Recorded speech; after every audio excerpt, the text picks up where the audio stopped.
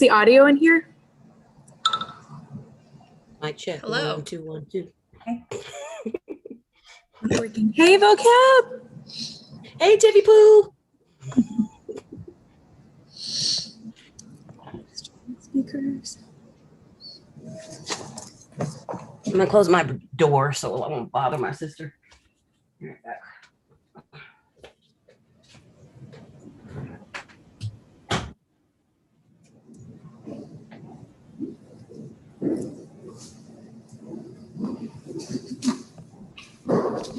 All right, hello everybody. My name is Sarah Guerrero, and I am a senior at the Advanced Learning Academy, and I'm also a marketing and communications intern for the CAS Schools Network. And welcome to CAS Live. So this is the first year that African American Studies is being offered in Texas schools. So our very own Zach Wilson from the Advanced Learning Academy is part of the pioneering group of educators in the San Antonio Independent School District teaching African American Studies to 9th through 12th graders. Joining Mr. Wilson and myself to learn more about teaching African American Studies at the Advanced Learning Academy are Diamond Hodge, a sophomore at the Advanced Learning Academy and current student of Mr. Wilson, and Andrea Vocab Sanderson, San Antonio Poet Laureate, and Marissa Perez Diaz, Texas State Board of Education member. So thank you all for being here.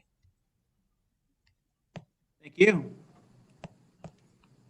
All right, so the first question that we have is for Ms. Perez Diaz, and the question. So the State Board of Education is responsible for setting policies and standards for Texas public schools to include curriculum standards. As a member, can you share the behind the scenes story as to how African American Studies became policy?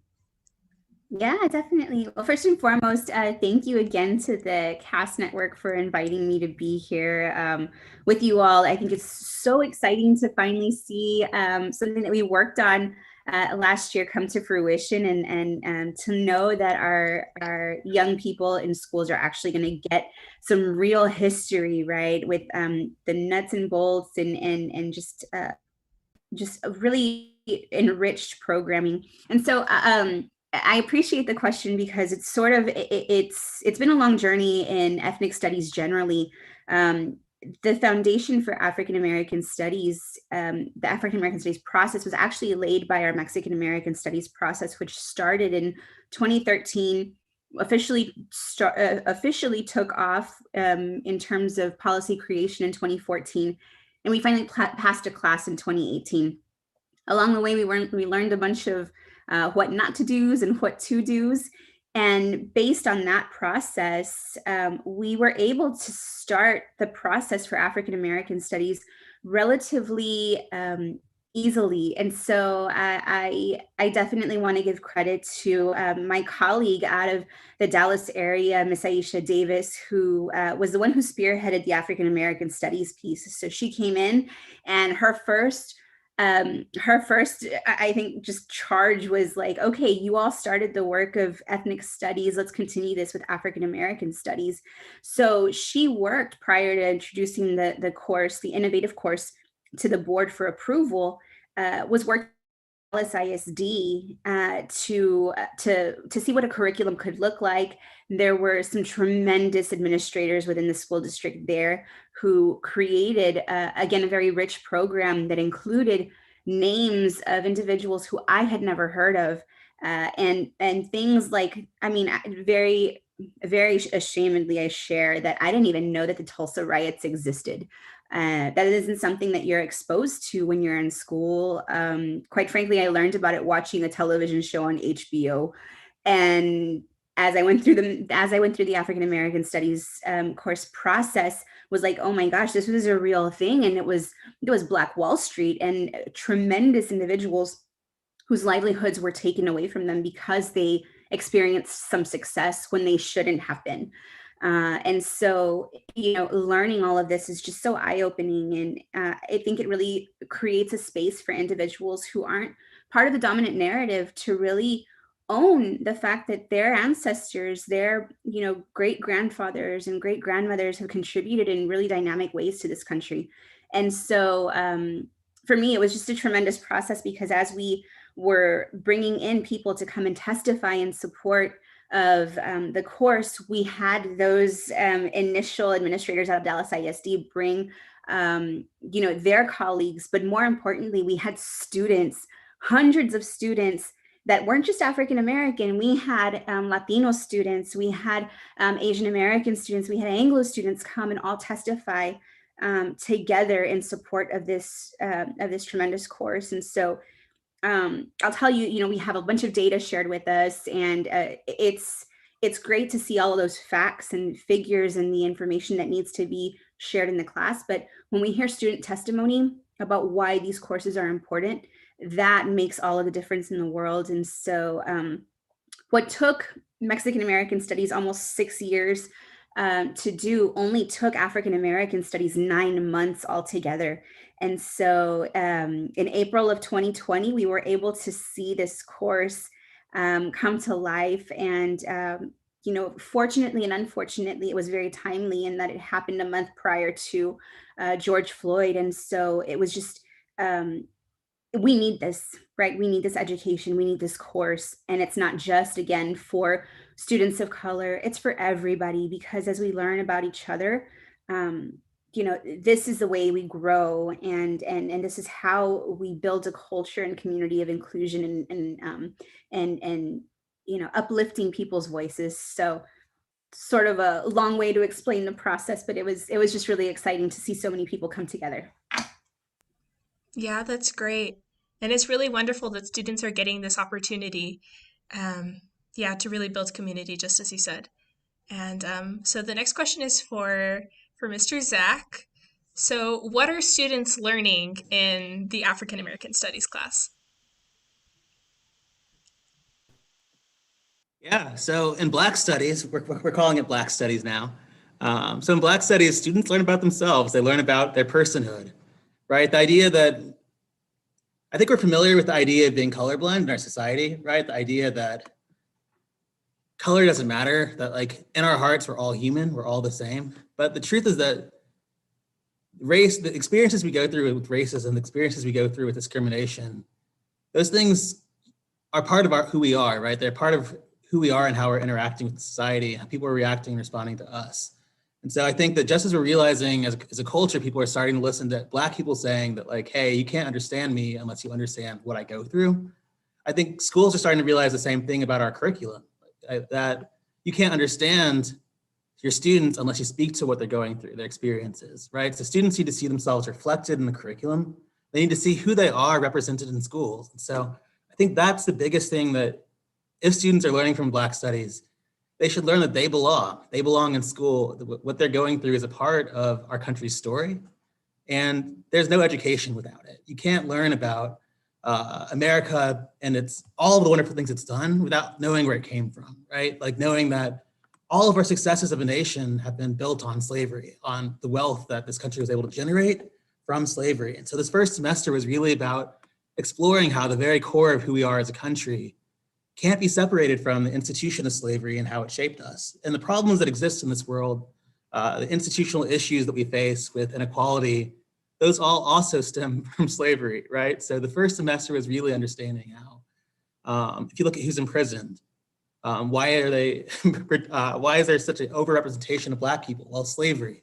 If you look at inequality in terms of who owns houses and who does not own a house, it goes back to slavery. And so all of these things, you can't understand the world we live in and how to navigate it to be successful yourself unless you understand that these systems are not fair and that they were unfair by design. And so that's what we really learned in first semester, was about how slavery is so modern and how it impacts our lives.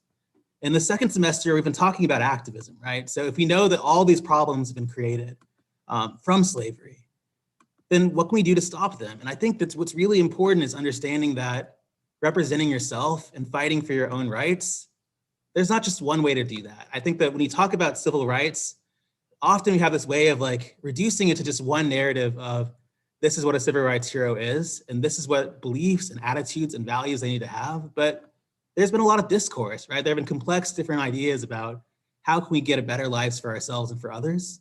And so this semester's been really been figuring about like, what's your place in making this world a better place? Like, what's your role?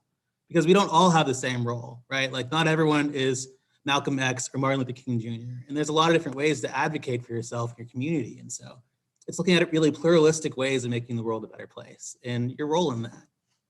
So that's kind of what I hope that we can learn together in class. That truly is great and something that's really needed today. So for anybody else that's joining right now, please feel free to submit any questions to the panel in the chat, starting with question and writing your question. And the next question, still for Mr. Zach, how are students responding to what they're learning? What feedback have students shared with you about the things that are being taught? I think the most important thing that students have shared about what they've been learning is just the understanding that they have a place in the curriculum, right? Like traditionally to understand, to get to analyze your culture in class is something that you would have to go to college for. It was something that not everyone got to do. You'd have to take a sociology or an anthropology class in a university that cost hundreds of thousands of dollars, right? And so to make it accessible for every student to get to learn about culture, to get to do cultural studies, the music you listen to can be analyzed. The TV shows that you watch can be analyzed. The food that you eat with your family, that's also something to study and to understand, right? So the idea that your life can be understood in an academic or an analytical way, and that it has a place and it has something of importance to be shared with and talked about with others, I think that's huge. And so I think that when students are able to say that like this music I listen to, I actually know a lot about history just from listening to The Baby, I think that's so cool. And the kids have shared with me too that they know so much. I think sometimes we assume that students know very little about things in the world, but they live in the world right now, right? Like they have all these thoughts and all of these ideas about their race, about the music they listen to, about the cultures that they interact with. And they've shared all the time that like to look at learning, not just through reading and writing, but also through analyzing culture has been just game changing, I think. And I think it's really important equity tool because all the skills that you use to analyze music and television, to analyze culture, those are the same critical thinking skills that you're using in a reading class or in a history class, right? And so I think that it's been a really, really great thing for kids to be able to do that. And they've shared a lot of excitement about that and a lot of joy to get to take the things that they love and to bring that to school. For sure. And just moving on to really getting that like firsthand experience through the class, we're going to talk to Diamond. So Diamond, based on what you've learned, how has this impacted your understanding of American history? I would definitely say greatly. When it comes to American history, like the way they teach it during like throughout school in the past was they never really talked about slavery that much. Or when they did, it was never really well thought out. Usually they'd glance over how that slavery happened, but they never talked about why or how the people felt or the pain they went through during those times or how it affected the country and the countries that those people came from. Slavery is usually, when people talk about it, they handle it with care, but not care of like understanding of pain, but understanding that this was a bad thing. We have to sweep it under the rug. But with this class, it kind of just, it highlights what is usually inked out. You get to learn about the people, you get to learn about the history and like the slave trade and how it started. I never knew or was taught about how the slave trade even began or why it began. I just knew that it happened and that the outcome of what happened to those people and how it benefited the country. But we never get taught about what happens to those people, their names, or like how other ways they've benefited the country. They're not usually seen as people. And as a Black person myself, it was really nice to understand and get to see that part of my history that I usually don't get to see, because America doesn't really like talking about how they've messed up as a country. This country isn't perfect. It's built on a lot of pain, but we can't move forward as a country unless we highlight that and acknowledge that we've hurt people and that the people today are still hurting from that past. We can't move on and heal if we don't acknowledge the pain from the past in the first place. I think that was really well said. Very well said, Diamond. And so thank you for that. Um, Thank you so much for that. And so the next question is for vocab. Um, as the poet laureate for San Antonio, your words, your voice has brought to life what people are feeling and experiencing during these uncertain times. Do you feel this course could be part of a solution to drive conversation and foster community? Absolutely, I do. So what has been said up until this point, absolutely amazing. And I commend you, Zachary, for taking on this task of setting precedents in first. And that's kind of what I want to talk about, the idea of firsts, and the rule of firsts, or the law first, or whatever. Your first encounter with something is the most impactful idea to shape how you view that thing. For instance, when you're small and your parents say, don't touch the stove, it's hot. You have no concept of what hot is, then you touch that stove, and then you learn your first encounter with hot. And then from that point on, you realize I have to be cautious around heat and things that are hot. And if your introduction to African Americans is some of the things and images you see represented in television, with someone's neck being suppressed by a cop and being held down for over 8 minutes until they die, and you see images of, but on the flip side of that, maybe your first encounter of Blackness was President Barack Obama. It will change how you view African Americans, Black people. And I saw a question that is in the chat that was kind of scrolling by. I think this is so important because Black people, just like Latino people, just like a lot of people that are born maybe first generation in America, we still don't know what to call ourselves. We're still having that argument. We should be called African Americans. I'm offended by the term Black. I don't want to be called Black. Black is associated with darkness and negativity and evil and grossness and Black, So if you look up the definitions of Black in the dictionary, every single last one of them is negative. Not a good thing. The absence of light. It represents bad and peril. Something that Diamond said in when she spoke was speaking to the idea that American history, just much like world history, is brutal. It's also beautiful. And we need to see the brutal and the beautiful sides of our history. And we have to grapple with that and allow these young people, as they encounter all of this information, to form their own ideas, how they feel. But they have to be informed. They have to be given all the information in order to make an informed decision on how they're going to treat their ethnicity, their heritage, how they're going to respond to other people. It's time for white people and non-Black people to stop walking around with guilt of what has happened and figure out how they're going to move forward from knowing that enslavement happened. How are they going to treat their fellow men and women, brothers and sisters, peers, whomever human beings that they encounter. And I have to set an example as a leader in this community for that.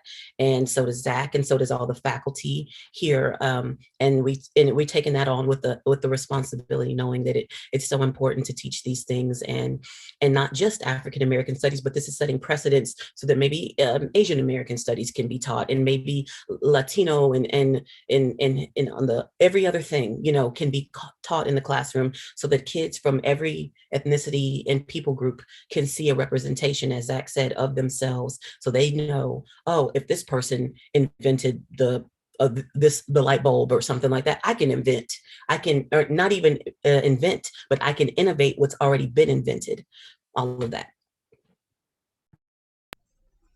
Yeah, that's so wonderful. And that idea of nuance that you were talking about is really great. Zach, have you thought about how this curriculum can extend beyond the four walls of your classroom? Yeah, I absolutely have. I mean, I have the privilege of working at a campus that is 3 different schools, right? And I think that I want students from Cass Tech and I want students from Fox Tech to be able to take this class.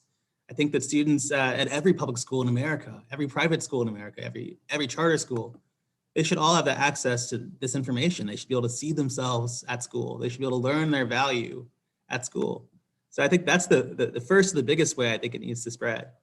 I also think that there's sort of this like unique, we're kind of going through this moment where we're figuring out exactly what does Black Studies mean and how should it be taught across schools in America. I think that it might be turned into an AP class, for instance, right? And I think that it's really important that we remember who this class is for and what it's meant to be, right? Like the purpose of Black Studies is not to get rich white kids college credit, right? Like the purpose of Black Studies is to emancipate us all from our shame, from our prejudices, from our ignorance, right? Like that's the point of the class. And doing that class is not about 5 hours of homework every week. It's not about a test score. It's about communicating and learning about ourselves, right? And it's about media, and it's especially about the internet, and it's about your culture and your food and your life. And so the idea that like Black Studies should be taught in a way that is personal and cultural, more so than a way to rank people, and a way to put us into hierarchies based on smart or not smart. I think that we have the chance to fight for this and to make this into something beautiful, and that makes us free. And so I really hope that Black Studies, I hope it's the beginning of reimagining what school can look like in a way that emphasizes the person, our cultures, more so than ranking people or preparing people to be the most competitive in a competition to beat others, right? Like life is not about winning or being successful. It's about being kind. And making things more fair for everyone. And so hopefully Black Studies can be part of that narrative. And we can use this class to kind of challenge what school is supposed to do. That's great. And I really think that we have that autonomy to do that, which is wonderful to have opportunities to have classes like this. Vocab, what is one thing you hope students will take away from this course? I think that being empowered to tell your own story is extremely important. I think about, I'm going to use a non-Black example. I think about the Diary of Anne Frank.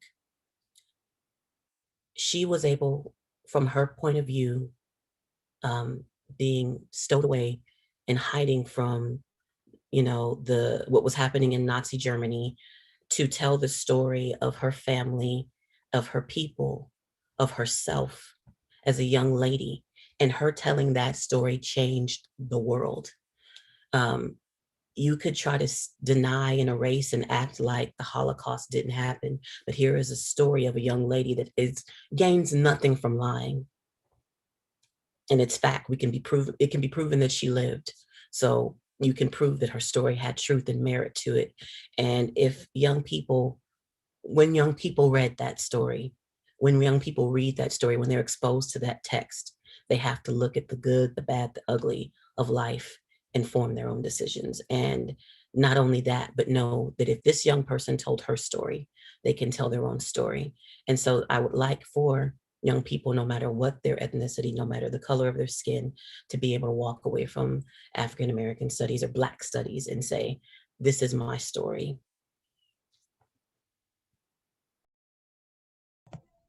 That's really wonderful. This question is for Diamond. What would you tell a student who is thinking about or interested in taking this course? Do it. Now, this isn't from bias. This class is going to educate you and give you knowledge. Knowledge that will also give you power, but power to help people and help yourself. The knowledge to understand the world around you and how it affects you and different people. Because it doesn't affect us all the same. We all have different problems we're going to face in life, and some that we're going to need some help from other people to stop. Racism isn't going to stop by just saying stop it. You can't do it alone. You need other people around you, other communities to care to stop it. This class is going to help you understand some problems and how to stop them. It's going to unite you with other people by seeing the history, because history repeats itself. We're seeing history repeat itself right now in the streets. People are dying. And that's not something I want to grow up in a world with. I don't want my great-grandchildren to still be seeing these hate crimes. So by looking back in history, we can learn from ancestors and how they dealt with problems, while also combining them with our knowledge today to stop those problems from happening. We can use this knowledge to benefit us and the world around us. And I think it's very important to take any bit of knowledge you can, that thus helping you respect those around you and improve you as a person. Again, just wonderful things that have been said. And so now we're going to move into Q&A from students and staff. And so we have a question from Marvin Walker, and it's for Zach. So Zach, can you explain why you decided on Black Studies instead of African American Studies? Was there any backlash or questions about the name? So we had a class discussion early on about what is this class and who is it for? And at the conclusion of the discussion, we decided that it should be called Black Studies. And the reason that we decided that as a class, students and teachers, is that we talked about identity, right? And how to be as inclusive as possible. So I am an African American. I am the descendant of people who were enslaved, people who were civil rights activists. That's my legacy. But there are people who have gotten here and they're immigrants, right? They're the children of immigrants from Africa, from the Caribbean. And one of the first things they learn when they get here is that they face anti-Black racism, right? Like, we face the same struggle. And even though our histories are not the same, they're connected enough to where both histories are important to this course. And so this is a story of slavery, yes, but it's not just slavery. It's also immigration. It's also, we are not defined by one thing, but by a number of different experiences, right? So we just talked about Marcus Garvey this week. He was from the Caribbean, right? Like, that was his experience, and yet you can't separate him from Black history. And so it was about being intersectional and about being as inclusive as possible for all the narratives that are intertwined. And so I think that's part of why we got there. The other part that was important is that I think people are afraid to talk about race, and people are afraid to acknowledge that Blackness exists. You know, it's like, we can pretend that we're all the same, that inequality doesn't exist, or we could just talk to each other, honestly. And so there's something honest about Black, and I think we're reclaiming it. So hopefully when you look at the dictionary in a few years, people will see that Black is beautiful, right? Going back to the 60s, going back to Malcolm, Black is beautiful, and color is beautiful. So hopefully we can start to spread that message. It's a great question. And a great answer. So the next question that we have is from Jerusalem. And the question is, do you believe that there is still racism towards Black people in the United States today? Sorry, was the question for all of us, or who is the question for? Yes, the question is addressed to anybody who wants to answer. Answer is yep. Very much, Yep. yeah. And you can ask any African-American Black or anyone who looked like they Black person in leadership, the things that they have to encounter. And some things have been coined as what people there's this term invented called microaggressions. And so it's things that are not completely in your face, but it's a prejudice. And then there's some things that are very just outright. I mean, look at what we went through last year with how many Black people were killed that were doing absolutely nothing but minding their business. From Ahmaud Arbery, who's the anniversary of his passing or his murder just passed, to George Floyd, to Breonna Taylor, and how they even created legislation because of their murders, but yet they still did not convict the people that killed them.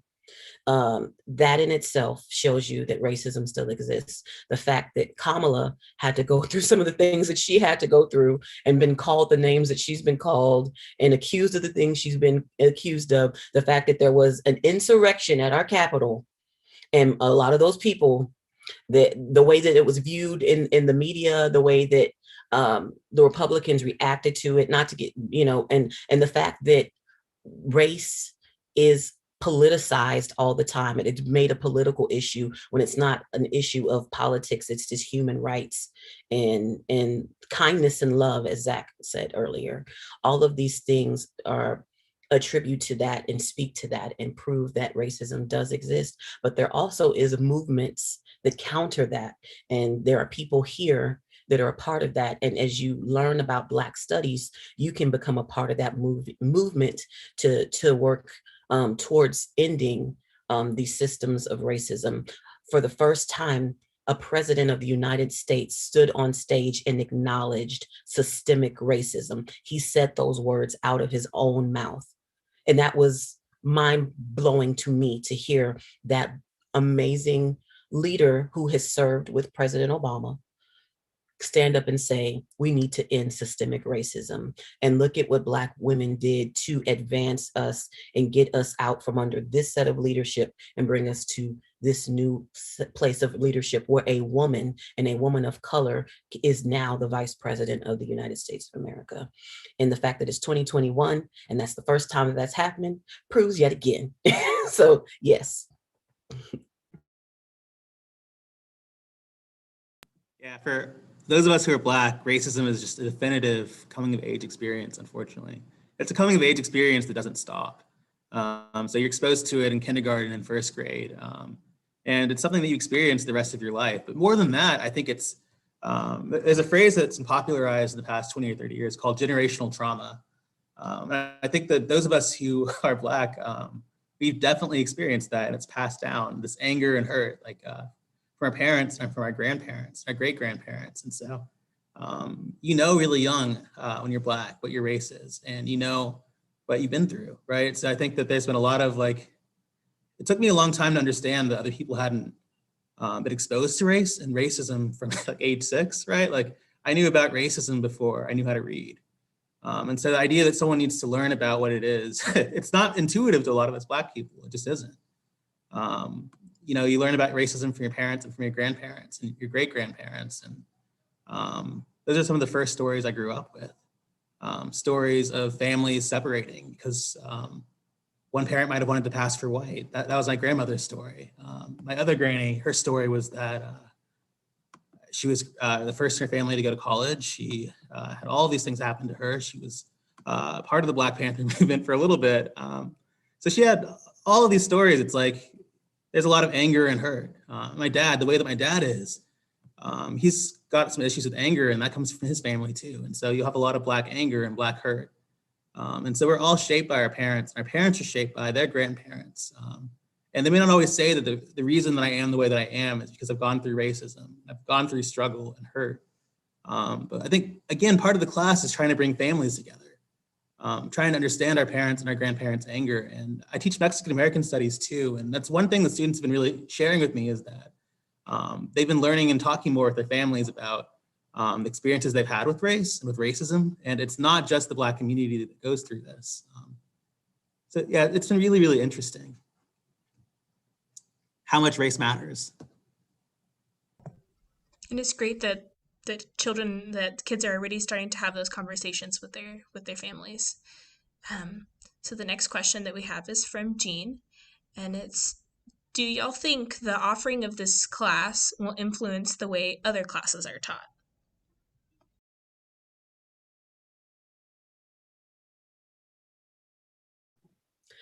Yeah, I was like Zach, but I will say I feel like shaping curriculum is something, I do teach, but I am not a teacher in the formal sense. I go into classrooms and I teach things, but I feel like this idea of knowing that it's a big responsibility. And this is a thing that Black people are always saying, like, I am not responsible for my own race, my whole race. I don't have to represent my whole race when I walk. I'm like, yeah, you do. We all do. We represent everybody that has come before us. And it doesn't matter. And people are starting to see that are non-Black now too. Because for instance, let's talk about the insurrection just quickly. White people felt a lot of shame about that insurrection, that it was a collective face palm moment. And I think as a society, it had been a long time since white people felt a collective sense of shame behind something that happened. Even if it wasn't them, they had to be associated with it because it happened. And this is something that Black people have been feeling for centuries, this idea of shame, but not just about an incident that happened, around our entire identity. So imagine having shame around your entire identity. And when we can start to strip away this stuff, deconstruct it, unlearn it, and change it, then it can be a model for how studies are taught, other studies are taught. Once Black people break this barrier here, then Mexican Americans, then Asian Americans, then I don't know, other people groups can then see that and start pushing for that, because it's about the idea of, like I said earlier, setting precedents, being the first of something, then others can come after. And then you have, and if you have a positive encounter with it, then people know that moving forward, we can have other positive encounters with teaching other ethnic studies in the classroom. I also think it's really important that this idea that I think teachers have censored voices of color from the classroom, because we've been taught as teachers that we are not allowed to be political, that any text that has a political implication can't be taught in the classroom, right? And so it's been really interesting to see how that idea of the teacher as a non-political entity and learning as a non-political process, it's been really interesting how we can have the founding fathers, we can have history of revolution, but we can't have history of Black people trying to improve their lives. And when you say that a text that is political can't be taught, I mean, race is so important to Black experiences that when you take any text that can't have racism in it out of the course, there's not a lot left, right? Like part of my identity as someone who's Black is having experienced discrimination. And we know this history. Like, I have it better than people have ever had it in history, and it isn't that great. So you know that you're taking away so many stories. And so I think it's really important that we understand that teaching and learning and life is inherently political, right? That doesn't mean that there's only one narrative that can be taught or that there's only one way to teach about it. But I think making it really clear that teachers are allowed to teach things that are political in their classes, in their English classes, in their science classes, I think that's really, really important, that understanding that this isn't about being right, it's about shame. Like Vocab was saying, it's the shame that students have that holds them back, that hurts their hearts. Like, that's the shame that learning should address, that learning should heal. And so I think that Black studies should be taught in every single class in some way or another. I think Mexican American studies should also be taught in every single class. It shouldn't just be one little elective that you can take during high school. Like, it should be something that students should learn about their race, their identities, and who they are anytime they walk into a room, because that's being responsive to who students are. And that's caring about your students, is saying, hey, I know who you are, I know where you've been from, and I'm going to try to address that in our class. And so I think it's really important that we take away this idea of it being political and we move more towards it being inclusive and the right thing to do. Like, taking away text that's political that's a form of violence, I would say. It's a form of erasure, and we can't just normalize that like we have been. Teachers have to be braver, like brave enough to be political.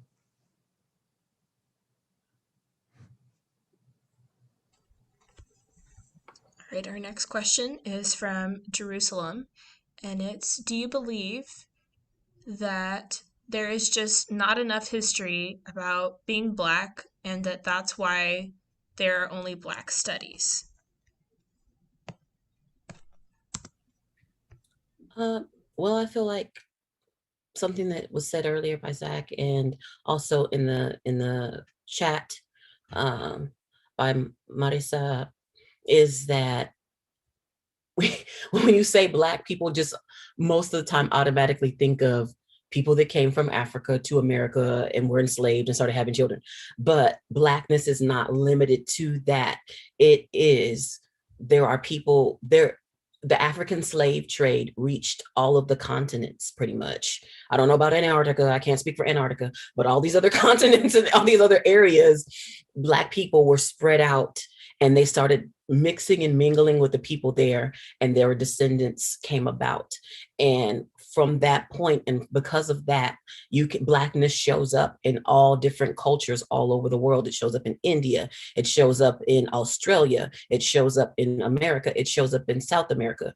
There are Black people integrated into all of these areas of society, and we need to know about what they did to adapt, how in this region, this country, Black people were able to overcome the slave trade struggles, get free. And even if they weren't ever freed, what did they do that was powerful, that changed culture, that was a first, or, in that region?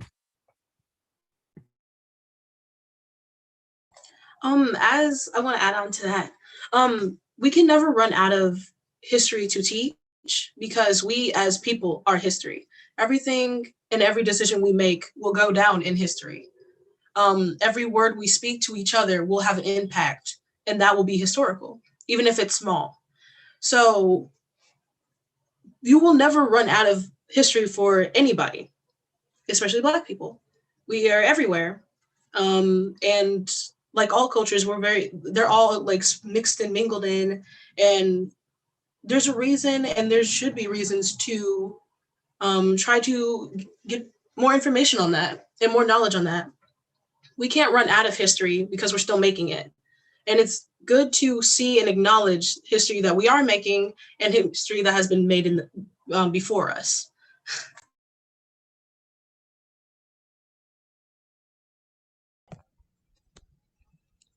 That was well said, Diamond. And our next question is from Lennon, and Lennon is curious if this is going to be the first and last time that we are meeting to have this conversation, or if we're going to be able to have this conversation more. Something I think is really important, I bet everyone else in the panel will agree with, is that while Black History Month is important, our Black students are Black 12 months a year, right? And so if anyone at this school wants to continue these conversations, we can do it in March. We can do it in June. This is never going to stop being relevant or important. And so because it's important, we can make time and space for it.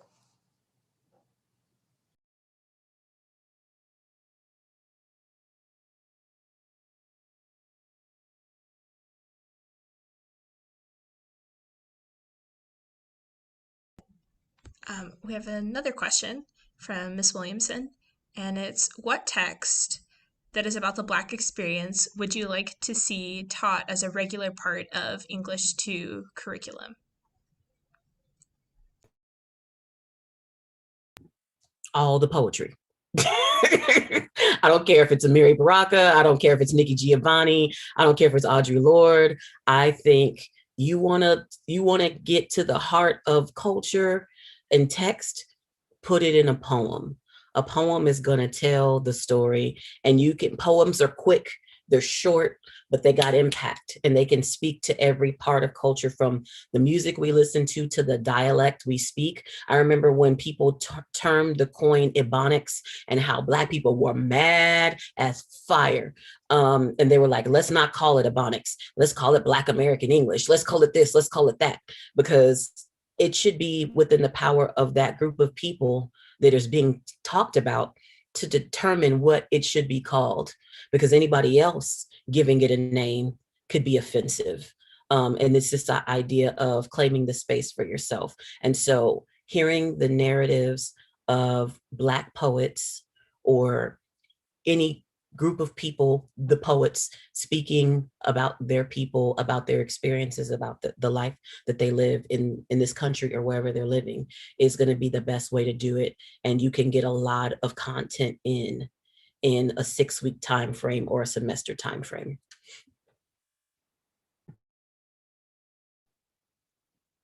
And I would add to that by saying that also I think it's important that while we incorporate like primary source texts from history, like I think it's really important to continue teaching Frederick Douglass and Sojourner Truth and all of those legends, right? But I think that a lot of times people shy away from Black writers of this century, right? Like 21st century writers are doing amazing things.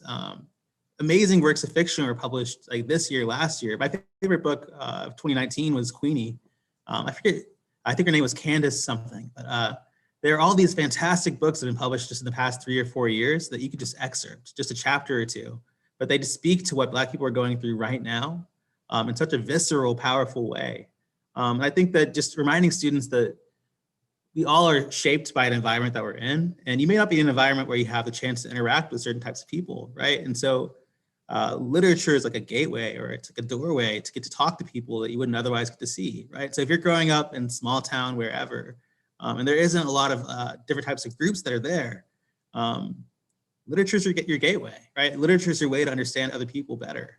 So it has this like very like contemporary purpose. It's not just, I learned this to pass a class. It's also, I learned this to understand things that are happening this year, right? Like if you were upset about George Floyd, well, here's this writer who's talking about this right now, right here.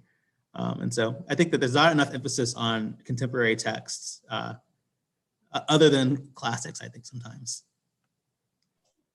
A specific book that I remember reading that handled the Black experience was Dear Martin.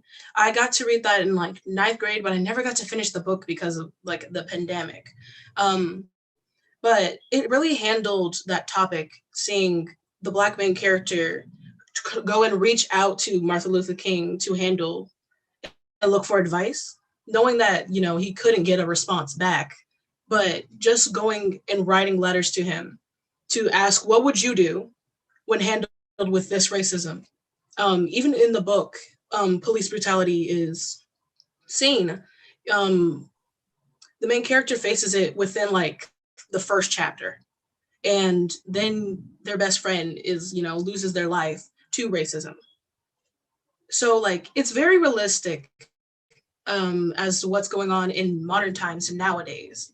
And I think it's very beneficial to read that, to get a realistic sense of what's going on around you and like the people that are going through this, and how to, you can't fully understand it. You never will fully understand it unless you are that person, but try to get a glimpse of, you know, understanding of their pain, understand that they are in pain. So yeah, Dear Martin's really good.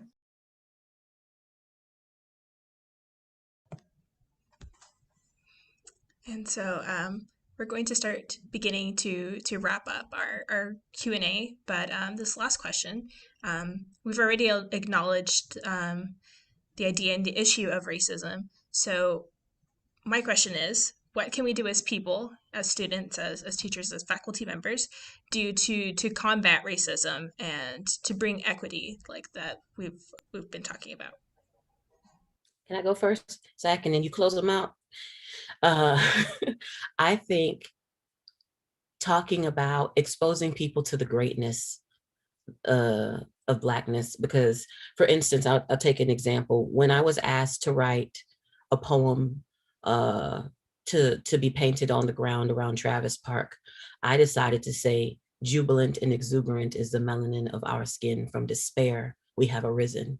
Because I didn't want to just speak to the fact that, I want to acknowledge the fact that we've already overcome so much. We're already in a posture of being elevated. And so the only way to go from that is up and continuing to go upward.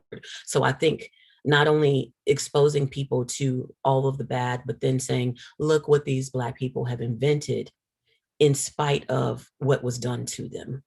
And then saying, posing the question, because every curriculum is about flipping it on its head and saying, young people, what are you going to go do now that you've been empowered with this knowledge and this, how are you going to tell your story?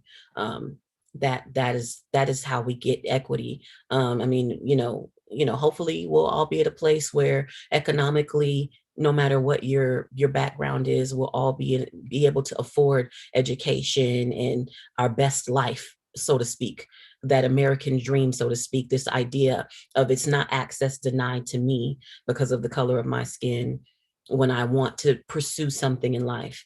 And I think that telling people you can pursue anything, and these are the people that pursued it and they were successful, is the best thing you can do for the young people that you're dealing with, to speak to their identity. When I was in 7th grade, I handed my 7th grade teacher a poem that I wrote.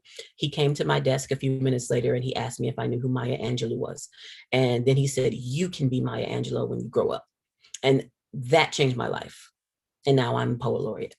So when you look at your students and you can speak to their identity of what you see them develop in them and their purpose, that's helping them towards that equity. Yeah, I totally agree with all of that. And I think just adding to it that I think we need to start seeing ourselves as interconnected, right? Like, I think that we need to understand that when you have questions about race, when you have things that you want to understand, a Black person is not going to be an expert. Like, they don't have to tell you anything, but if you have questions, ask, right? Like, I think that for us to talk about race and to be more open about it is really important. It doesn't mean that you disrespect someone's privacy, right? Like, you still treat people with respect, but it's absolutely something that can and should be talked about. I think also understanding that there is no you without me. Like, we're all connected, right? So segregation in San Antonio hurts all of us. I don't care if you live in the nicest gated neighborhood. Like, segregation hurts you. It hurts our state. The types of inequality that we still have, they affect all of us. We're all held back by Black oppression. This idea that Black oppression benefits anyone, if you look at ourselves psychologically and spiritually, absolutely it does not. Like, the issues that exist in Texas, the issues that exist in the United States, that's baggage and a burden on all of us, no matter who you are, where you are. I think that understanding that this American Holocaust of slavery and of what happened to Indigenous people and how Mexican Americans were colonized, like, it's all of our problem and it's all of our legacy. And so you can't understand yourself as a white person, as a Black person, as a Mexican American person without understanding all of our stories, right? So I think it's really important that we are listeners, that we ask good questions, and that kind of let go of this idea of it doesn't affect me, so I'm not going to say something, because it does. It really does affect you. And so just remember that you're not just advocating for your own self, for your own child, for your own family. We're all family. And so it's really important that we advocate what's supporting and benefiting everyone, right? So remember the people and that you're also a person, that we're connected, and really engage in activism. Push yourself to be an activist in whatever way you can. Diamond, did you have anything to say about that? Well, I guess I would say that I would agree with you that learning is how we better. And sorry, I was really put on the spot. I was just paying attention to you. But yeah, I think that as a community, we can't, learn about ourselves unless we learn about other people, because we're all intertwined and our history is intertwined. We don't, as like America and, as people, we're going to have experience with other people, and we can't fully understand those experiences unless we understand those people that we're experiencing them with. Experience is shared. We will experience different things, but the fact that we are experiencing something is shared between us all. And it's a good thing to acknowledge those and the different experiences that happened, and, keep them in mind, keep them a little folder in your head of how to continue and as a person and better everyone around you. And so that racism will be a thing of the past. We will carry, the memories and history with us, but we won't carry those thoughts inside us. We won't use them against other people. And I'm so happy for that day. Hopefully I will get to see that day, but it seems a little far away, but we're getting closer. And each day we're making steps to combat these things that are holding us down. And that's really, really inspiring to see as a youth. That's for sure. So our last question here is for Mr. Zach. Who should students contact if they're interested in taking this class?